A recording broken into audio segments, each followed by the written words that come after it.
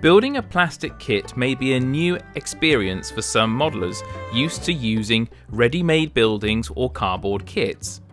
But with a little practice, you'll soon realise how satisfying building a plastic kit can be, and how much more realistic and versatile the finished model can look. Today we will be looking at the country station in 00 scale, which is part of the many ways line-side range from PECO.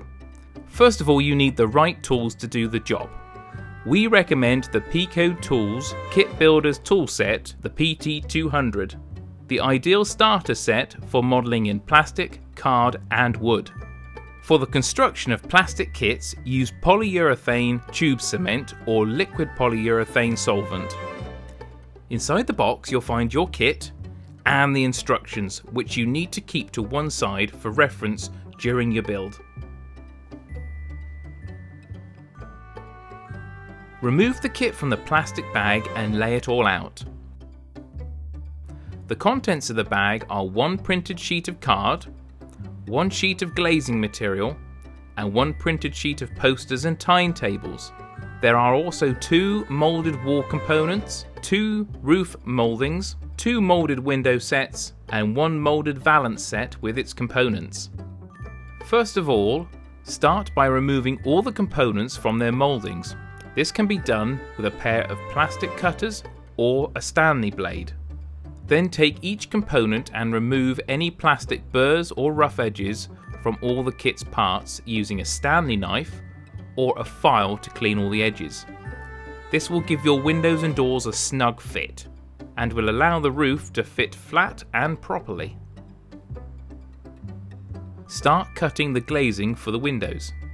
Using a metal ruler, measure the height and the width of each recess on the reverse of each window to give you the size to cut. Once you have checked it fits nicely, you can make that first cut a template for the other windows. Then repeat this process for the doors that require glazing. Once all the glazing has been cut and dry fit into the windows and doors, carefully glue into place. It's important not to use too much glue, as this could leak out from between the plastic of the windows and the doors into the visible area in front of the glazing, spoiling the finish. Now, using a pin vise, drill 3 large holes at 1.25mm along the wall chosen for the canopy locating pegs. Then drill 4 small holes at 1mm in diameter through the wall for the guttering locating pegs on the reverse side. To do this safely and accurately, place the pin vise with the desired piece of plastic to be drilled onto a piece of wood as shown here. Once positioned, press gently at the top of the pin vise and twist. Or as shown with this type of pin vise, slide the rotator up and down gently. This will not require much force, but it must be done carefully. A few rotations will be more than enough to cut through the plastic. Make sure the holes are clear and dry fit the valance and guttering to check they fit correctly. I now recommend you glue the doors to the walls of the building, then followed by the window sills with the chamfered edges facing upwards. Once the window sills are in place and the adhesive has dried, glue the windows in place. Whilst waiting for the glue to dry, cut along the guidelines of your cardboard sheets in preparation for fitting the interior walls and floor. Glue the 4 walls together for the main building, ensuring all the corners are square. This can be done by using the white lines on your cutting mat. I would recommend using blue tack balls propped against the walls to keep them upright until the adhesive has dried. Then take your cut-out cardboard parts for the central booking office corridor and glue them in place. Be aware the corners of the floor need to be trimmed to avoid the door frames. And now repeat this process for the separate toilet block. Back to the main station building. Getting this bit right is very important. Glue the two main sections of the roof in place, but make sure the narrow roof section, marked PECO, on the back is placed on the same side as the canopy roof will be fitted. Otherwise, the canopy roof will not fit properly. Then, taking the roof ridge, run a bead of glue down the center and place it on the top of the roof, pushing across evenly with a small amount of pressure. Leaving the main station building to one side for a moment, we move to the canopy roof.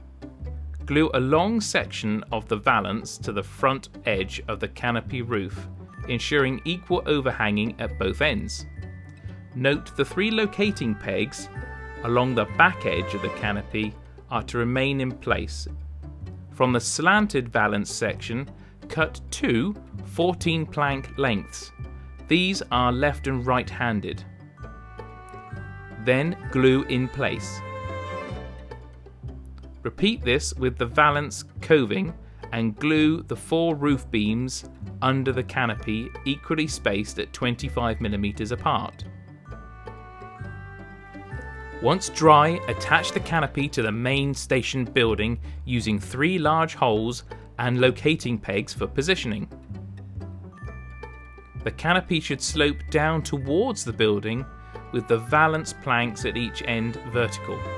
Glue the 3 supporting columns under the canopy in the located holes, making sure they're vertical. Glue the gutter on the adjacent side of the building using the 4 pegs and the small holes you've pre-drilled. Glue the downpipes in position and cut to size. Attach the phone locker and the signal bell in your desired locations. Then glue the chimney into place and attach the toilet block to the main station building. When the adhesive is dry, glue the posters and the timetable notice boards in place and attach the desired pictures onto the notice boards. And there you have it, a finished building ready for your layout. This model is appropriate for the less experienced modeller and painting is optional, but the parts are moulded in the appropriate colours. However, if you wish to take your model to the next level of detail and finesse, the next film will show you how to do this with the PECO Many Ways Lineside kit range.